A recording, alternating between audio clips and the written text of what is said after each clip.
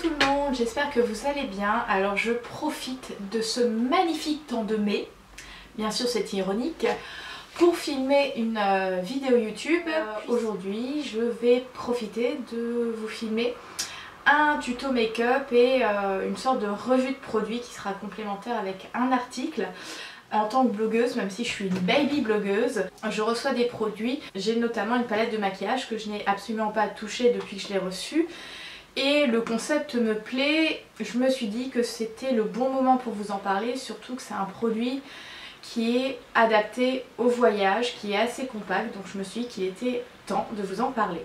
Alors, il s'agit de la marque Irisé Paris, je ne sais pas si vous en avez entendu parler, moi je l'ai découvert lors d'un événement blog. Irisé, c'est une marque française qui a créé ce qu'elle appelle la Mood Box. Donc la Mood Box, c'est cette petite box très compacte blanche dans laquelle vous composez votre palette de maquillage. Vous pouvez y mettre 4 catégories de produits: fard à paupières, fard à joues, fond de teint et rouge à lèvres. Dans la mienne que j'ai composée, j'ai mis 4 ombres à paupières et un fard à joues. Le but, c'est vraiment que chacune d'entre nous puisse personnaliser sa mood box en fonction de ses envies, de ses besoins et de ce qu'elle aime, tout simplement.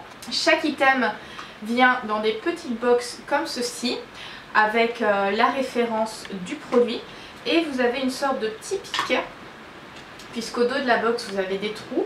Alors tout est très bien aimanté, c'est très bien fait, et donc avec le pic il vous suffit de pousser le quad et de décomposer, recomposer votre palette. Bonus, on a un très grand miroir, très pratique pour le voyage. Je vais donc passer au make-up. Pour le teint, c'est très simple puisque je suis en train de refaire une petite période de dermatite périorale, donc je ne vais pas utiliser de fond de teint liquide. Je vais d'abord juste illuminer le teint avec l'élixir éclat de Ambriolis. Ça, c'est vraiment très bien pour une base de maquillage. Pour corriger légèrement mes cernes, toujours chez Ambriolis, j'utilise les soins correcteurs anti-cernes et j'utilise la teinte rose que j'applique au pinceau.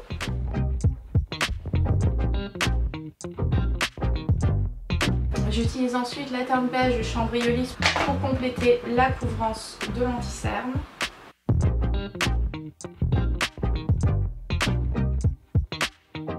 Pour le teint, je vais utiliser mon fond de teint Naked Skin de chez Urban Decay, qui est très bien dans ces périodes où je ne peux pas trop mettre de fond de teint liquide. Donc ce produit permet vraiment d'unifier, de corriger et d'apporter un teint velouté tout en restant très léger. Pour sculpter un peu mon visage, j'utilise la palette Filmstar Bronze and Glow de chez Charlotte Tilbury avec le bronzer.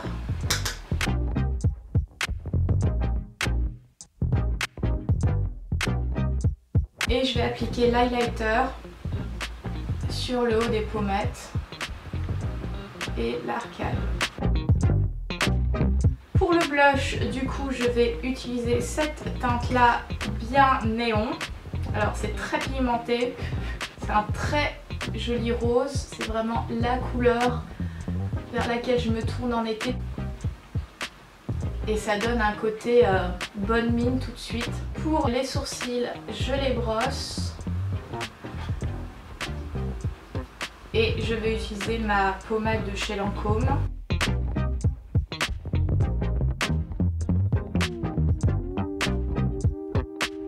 Je vais donc passer au make-up des yeux et je vais commencer par utiliser le doré que je vais appliquer sur toute la paupière.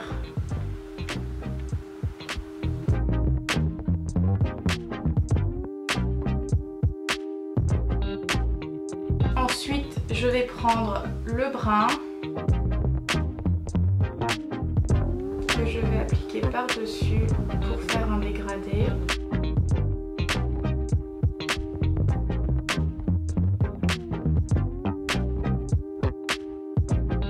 J'estompe ensuite les bords avec un pinceau propre. Pour apporter un petit peu de définition, je vais utiliser un crayon colle noir sur la ligne inférieure des cils et sur la ligne supérieure.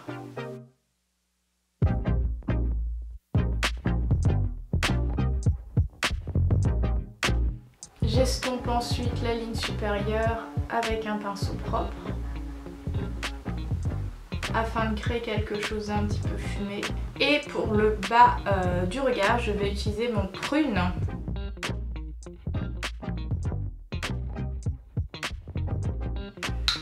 pour jouer sur un côté un peu smoky.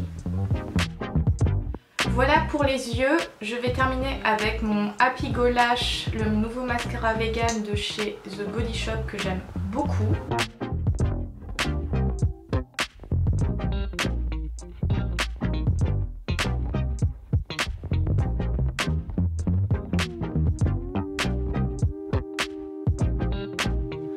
Pour terminer avec les lèvres, je vais utiliser mon Charlotte Tilbury en couleur Amazing Grace, qui est un mat corail nude.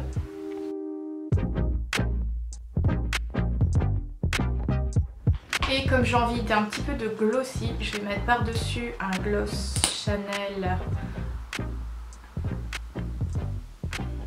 très clair.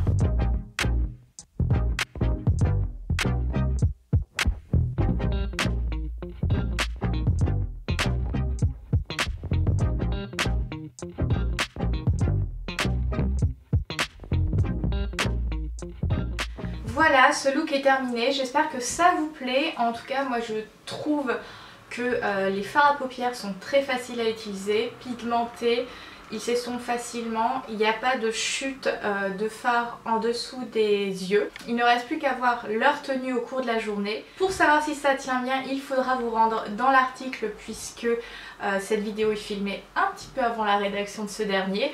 Donc j'espère que ce type de format continuera à vous plaire puisque j'espère en refaire de temps en temps. D'ici là, je vous souhaite une excellente journée et à très bientôt. Bye!